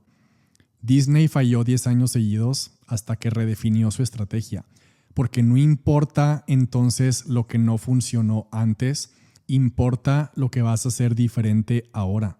Después de eso pasó lo inevitable, y es que Bob Iger dejó de ser solamente un CEO del entretenimiento y se convirtió en uno de los directores más admirados de todas las industrias. Desde los bancos, las empresas tecnológicas, lo admiraban las empresas automotrices. Todo el mundo empezó a estudiarlo, todo el mundo empezó a analizarlo. Incluso los que lo criticaron al principio, después también terminaron aceptando públicamente que habían estado equivocados. Y con todos estos éxitos, cualquiera pensaría que con eso ya era suficiente, que ya había alcanzado la cima, Pero no, Bob no se quedó ahí, porque después de eso todavía había algo más grande, todavía había algo más arriesgado. Y es que, a ver, en 2016, 2017 se dieron cuenta en la empresa que Netflix estaba creciendo a una velocidad impresionante y el streaming apenas estaba empezando a reemplazar la televisión por cable y ya millones de personas estaban dejando de pagar mensualidades de cable para ver todo desde una sola plataforma, y Disney necesitaba urgentemente algo nuevo. Necesitaban una forma en esta nueva época de entregarle el contenido y sus productos directamente a las personas, sin intermediarios. Que sus películas y sus series ya no tuvieran que pasar antes por otra empresa, sino que tú pudieras ir directo a Disney. Bob menciona que esto era un problema que tenían que resolver y menciona que no quería llegar al consejo sin una solución, porque no le gusta exponer problemas sin ofrecer también un plan. Cuando tomó la decisión de crear este canal directo con los clientes, dejaron de pensar como un estudio de cine y empezaron a pensar como una empresa tecnológica, como bien mencionaba una de sus prioridades. Bob armó un equipo, tuvieron que cancelar muchos contratos que ya tenían, contratos millonarios con empresas como Netflix, y estas decisiones también eran muy arriesgadas, porque era renunciar a ingresos que ya eran seguros, a ingresos de licencias millonarias que ya tenían para poder apostar por un proyecto que nadie sabía si iba a funcionar o no. Pero la garantía está en la preparación y en la estrategia. Y diseñaron la experiencia, diseñaron la interfaz, diseñaron la estrategia. Y en 2017, en un evento increíble frente a inversionistas, frente a fans, frente a todos los medios, Bob presentó oficialmente Disney Plus al mundo con el catálogo más poderoso de toda la industria, porque tenía todo Pixar, todo Marvel, todo Star Wars, Disney Animation, National Geographic, deportes de ESPN, todas las películas y series de Fox. Y al día siguiente de ese evento, las acciones subieron un 11% hasta un máximo histórico. Y para finales de ese mes, las acciones ya habían aumentado cerca de un 30%. Disney Plus se lanzó oficialmente el 12 de noviembre de 2019 y rompieron récords. Fue todo un éxito. El primer día alcanzaron más de 10 millones de suscriptores, algo que Netflix tardó años en poder alcanzar. Después de ese noviembre, en diciembre de ese 2019 también se estrenó Frozen 2, que también generó más de $1 billón. Y para este momento ya habían pasado 15 años desde 2005 que Bob tomó el rol de CEO, con la presión de todo el mundo encima. 15 años desde que pidió que confiaran en él cuando nadie creía que él podía, y ahora todo era muy diferente. La realidad era completamente otra. Disney estaba en la cima más alta de toda su historia. Cada estrategia funcionó, cada decisión dio frutos y los números lo confirmaban. Tenían las películas más taquilleras del planeta, un servicio de streaming rompiendo todos los récords, los parques creciendo, y Bob ya no era reconocido solo como el CEO de Disney. Ya era reconocido como uno de los líderes más admirados del planeta. Fue nombrado por la revista Time como una de las personas más influyentes del mundo, y en otra edición como la persona de negocios del año. Y ha recibido premios de liderazgo y muchas distinciones de negocios, hasta de los mismos críticos que alguna vez dijeron que estaba loco o que él no era capaz, y ahora lo citan en todas partes como ejemplo. Y ahí estaba él en la cima, con el imperio que fundó Walt, pero ahora más vivo y más creativo y más estratégico que nunca. Bob menciona en su libro que este gran resultado fue la visión perfectamente ejecutada del plan que tuvo desde el principio. Menciona que sabía que enfocarse en 3 prioridades en lugar de dispersarse en muchas, eso era lo que los llevaría a donde están ahora, pero también acepta que sí está sorprendido. Y acepta que está sorprendido y que no pudo anticipar lo bien que iba a funcionar tener 3 prioridades y un plan. Algo triste de esta historia es que Steve Jobs y Bob se convirtieron en muy buenos amigos. Steve era el accionista mayoritario de Disney después de que compraron Pixar y Steve siempre lo apoyaba en todas las decisiones y Bob siempre confiaba en él, siempre le pedía consejos, pero aparte de eso, también, aparte de los negocios, formaron una relación muy cercana, iban de vacaciones juntos, con sus esposas, con sus familias, y Bob cuenta que platicaban de todo lo que podían crear juntos, hablaban de la vida, hablaban de prototipos. Lo triste es que Steve falleció 6 años después de que Disney compró Pixar. De hecho, Bob fue de las únicas 25 personas que estuvieron en el funeral en Palo Alto, en Silicon Valley. Y en el discurso que la esposa de Steve Jobs dio en el funeral, mencionó que cuando Steve colgaba el teléfono después de una llamada con Bob, Steve siempre le decía a su esposa, es que amo a ese hombre, amo a ese tipo. Y en el libro Bob menciona que el sentimiento era mutuo. Y también cuenta en el libro que sí piensa en él mucho, piensa en él constantemente y que sí piensa mucho en lo que le hubiera gustado que Steve siguiera vivo y que pudiera haberse dado cuenta de todo lo que pasó después. Ahora Bob también está en el consejo de Apple y menciona en el libro que si Steve siguiera vivo, probablemente hubieran explorado la posibilidad de unir a Apple con Disney. En las notas del episodio incluí algunas fotos de ellos dos juntos. También incluí fotos del nuevo anuncio que acaban de hacer para construir un nuevo parque en Abu Dhabi, que es completamente diferente a los demás. Y lo que más me impresiona de Bob no son solo los números, no solo son las compras billonarias, ni todos los récords en taquilla. Lo que más me impresiona es que todo lo logró como resultado de trabajar en su mentalidad, como resultado de su capacidad de absorber y seguir aprendiendo, de su capacidad de decidir y de crear un plan y de definir las prioridades y de ejecutar con mucha claridad, porque podemos ver muy evidentemente que no improvisaba, tenía prioridades muy claras, tenía un plan y tenía disciplina, aunque todos dudaban, pero él estaba dispuesto a arriesgarse, no desde la impulsividad, sino desde la preparación, con información, con números, pero también con intuición. Y siempre supo enfocarse, supo liderarse a sí mismo y ese es el verdadero secreto detrás de todo, que todo su éxito no vino de la suerte, vino de crear hábitos, de cuidar su energía, de no dejarse frenar por el miedo, de aprender a tomar decisiones difíciles, de aprender sobre el manejo emocional, de su capacidad de compartimentar y de creer que era capaz de llegar más lejos. Y si algo me queda claro después de leer esta historia es que la grandeza está en las decisiones diarias, en cómo manejas tu tiempo, en cómo te enfrentas al miedo, en cómo eliges tus prioridades. Cuando terminé el libro pensé, es que esto no es solo la historia de Bob Iger, es el mapa de lo que cualquier persona puede lograr si actuamos con estrategia, con preparación y con disciplina. Antes de cerrar este episodio, quiero leer lo que Bob Iger deja al final de su libro. Es como un playbook, es como una guía con los puntos que lo guiaron desde abajo hasta convertirse en uno de los líderes más admirados del planeta. Estos 8 puntos también están en las notas que puedes descargar en el link que dejé en la descripción del episodio. Y estos puntos son: número 1, manejar creatividad es un arte, no una ciencia. No te mantengas en el negocio de jugar a lo seguro. Entra a la mentalidad de crear posibilidades. Número 2, tu enfoque debe de estar en el futuro, no en el pasado. Debes definir tus prioridades con claridad y repetirlas constantemente. Si no lo haces, tu tiempo, tu energía y tus recursos se desperdician. Sé claro con decir, aquí es a donde quiero llegar y este es el camino para llegar.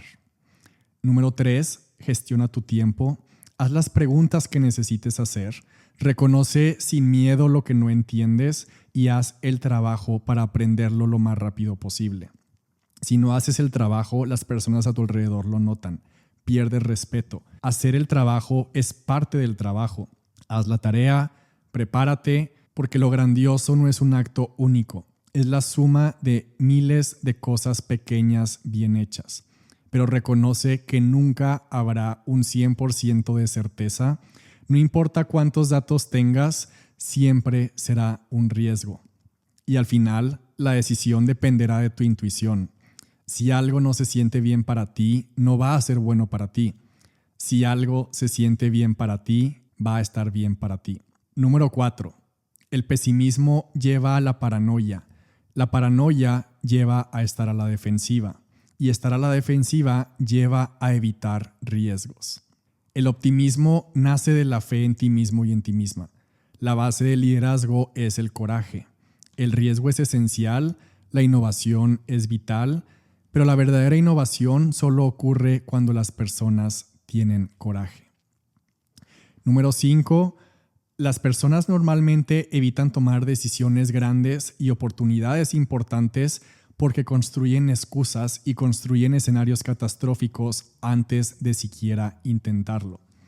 Aprende a estar cómodo con el riesgo y aprende a estar cómodo con el fracaso, no con tu falta de esfuerzo. Todas las decisiones, por difíciles que sean, deben tomarse de manera rápida, en tiempo. La indecisión crónica no solo es ineficiente y contraproducente, es corrosiva para tu moral. Número 6. Asignar tiempo, energía y recursos a las estrategias y proyectos correctos es absolutamente importante. Eso es enfoque. Número 7. Las apuestas a largo plazo normalmente no terminan siendo a tan largo plazo. Con compromiso y pensamiento profundo, las mejores ideas se ejecutan y tienen resultados. Y número 8. Cuando enfrentes incertidumbre, regresa a lo básico. Pon tus prioridades en orden claramente. Y hay algo que siempre se queda conmigo después de leer este libro, y es cómo la empresa estaba estancada, sin creatividad, sin claridad, sin un plan claro, pero lo más peligroso era que dentro de la empresa ya lo habían normalizado y estuvieron así por más de 10 años, como si normalizaran actuar con miedo, como si normalizaran estar estancados, convencidos de que así son las cosas o así han sido siempre, hasta que alguien se atrevió a poner prioridades. Y hay una razón por la que decidí leer este libro por tercera vez. No fue por nostalgia ni por curiosidad. Esto fue parte de nuestra preparación. Todo el trabajo de este último año y todo este repaso, toda esta preparación tiene un objetivo, y nuestro objetivo con esto fue estar listos para lo que viene, porque después de más de un año llega nuevamente la tercera edición de Potencial Total. Potencial Total 2025 ya tiene fecha y en 5 semanas abrimos puertas. Potencial Total es un programa, es un entrenamiento intensivo de 5 semanas para definir tus prioridades, para organizar y aprender a planear de manera estratégica y diseñar y ejecutar tus planes con alto nivel de disciplina. Voy a dejar el link de Potencial Total 2025 en la descripción de este episodio. Dentro de Potencial Total te voy a enseñar cómo combino estrategia, disciplina y manejo emocional y mis herramientas de planeación y productividad. Es un sistema para analizar, para aprender a decidir y para planear tus siguientes pasos, así como un CEO planea dentro de una empresa. Y no es nada más teoría. Dentro de Potencial Total, si te sientas a hacer el trabajo que normalmente evitas, Potencial Total es un espacio estratégico, es un ecosistema en donde vienes no solo a tomar notas. Aquí vienes a dentro construir tu próximo nivel. Aquí dentro defines tus prioridades, aterrizas tus proyectos. Aquí adentro tomas decisiones, planificas, pones estructura y aprendes a compartimentar también tus emociones y tu energía. Es un lugar para decidir y para organizar y planear en tiempo real. El objetivo es que al final tengas toda esta reorganización, tu plan, tu estrategia, tus prioridades y un plan a corto plazo y un plan a largo plazo. Lo que hace único a Potencial Total es que combina lo que nadie combina, que son herramientas de productividad y estrategia con trabajo personal y emocional profundo. Te voy a enseñar a planear, te voy a enseñar a decidir, pero también a manejar la frustración, a manejar las dudas y a manejar el autosabotaje. Por eso tenemos también dentro a una psicóloga, porque de nada sirve tener la mejor estrategia si tus emociones o tus ideas limitantes te sabotean. En pocas palabras, quiero que veas hasta dónde llega tu potencial con las herramientas de organización, de planeación y de trabajo personal para que sí puedas llegar a ese potencial. Y es decidir entre el miedo o la claridad, entre la dispersión o la estrategia, entre la mediocridad y la excelencia. Es la tercera edición de Potencial Total. La primera edición fue en septiembre 2023. La segunda edición fue en 2024. El año pasado los cupos se agotaron en una semana y ahora esta es la única edición 2025. Bob Iger probó que con estrategia y con preparación puedes cambiar la historia de una de las empresas más grandes del mundo. Y tú con las herramientas correctas también puedes cambiar la tuya. En el link que dejé en la descripción del episodio vas a poderte unir a la lista de espera, ya que hay cupos muy limitados al ser una experiencia intensiva una vez al año. Si te unes a esta lista de espera, en el link que dejé en la descripción del episodio, desbloqueas el único cupón disponible de $90 para utilizar en tu inscripción. Porque si Bob Iger demostró algo, es que la claridad y la preparación cambian imperios. Y lo mismo con tus proyectos, lo mismo con tu vida. Es una realidad que la mayoría de las personas tienen talento, pero no tienen claridad. Tienen sueños, pero no tienen estrategia. Tienen ideas, pero no tienen disciplina para ejecutarlas. Y esa es la diferencia entre quedarte estancado o estancada y avanzar. Bob Iger no avanzó y logró todo esto porque tuviera suerte. Fue porque hizo lo que no hacen las personas cuando sienten que se estancan. Tenía una estrategia, disciplina para sostenerla, tenía la capacidad de tomar decisiones difíciles y el manejo emocional para no dejarse llevar por la paranoia ni por el miedo. Sabía compartimentar y separar lo urgente y enfocarse en lo que realmente era importante. No improvisaba, tenía un plan y lo seguía hasta el final. Y eso vamos a hacer en Potencial Total. Porque no se trata solo de tener talento o solo de tener creatividad, se trata de tener liderazgo personal. Y como vimos en este caso de estudio, la peor decisión es no decidir. Igual a lo que estaba haciendo Disney antes, que era quedarse igual, quedarse con lo mismo. Y lo mismo pasa con nuestra vida y lo mismo pasa con nuestros proyectos cuando no hay un plan, cuando no hay innovación, cuando no hay energía, cuando no hay una prioridad, que pierdes energía, pierdes claridad, pierdes la oportunidad de crear y de crecer. Y como vimos, esa pérdida de tiempo y de recursos y de energía siempre pesa más que cualquier inversión. Pero cuando haces este trabajo, lo que ganas siempre es mucho más grande de lo que arriesgas. Así como Disney recuperó prestigio, así como Disney recuperó energía, ganancias y creatividad, tú también puedes recuperar tu dirección. Tú también puedes recuperar tu confianza y tu capacidad de liderar tu vida sabiendo qué quieres, qué es importante y a dónde vas con un plan. Y pasar de ser alguien disperso o dispersa, improvisando, apagando fuegos, a convertirte en la persona que sabe lo que quiere, en la persona que actúa con estrategia y en la persona que sostiene su propio crecimiento. Al final, todo se reduce a la pregunta: ¿quién quieres ser? Y Potencial Total es elevarte para pasar de improvisar a ser estratega, para pasar de ser soñador o soñadora a ejecutor o ejecutora, y de alguien que espera a ser alguien que lidera. Y con eso cerramos este episodio. El link para descargar las notas con los principios y lecciones y reglas más importantes que subrayé de este libro, todas estas notas las puedes descargar en el link que dejé en la descripción del episodio. También el link para Potencial Total está en la descripción del episodio. Y solo como recordatorio, la esperanza no es estrategia y jugar a lo seguro nunca hizo historia.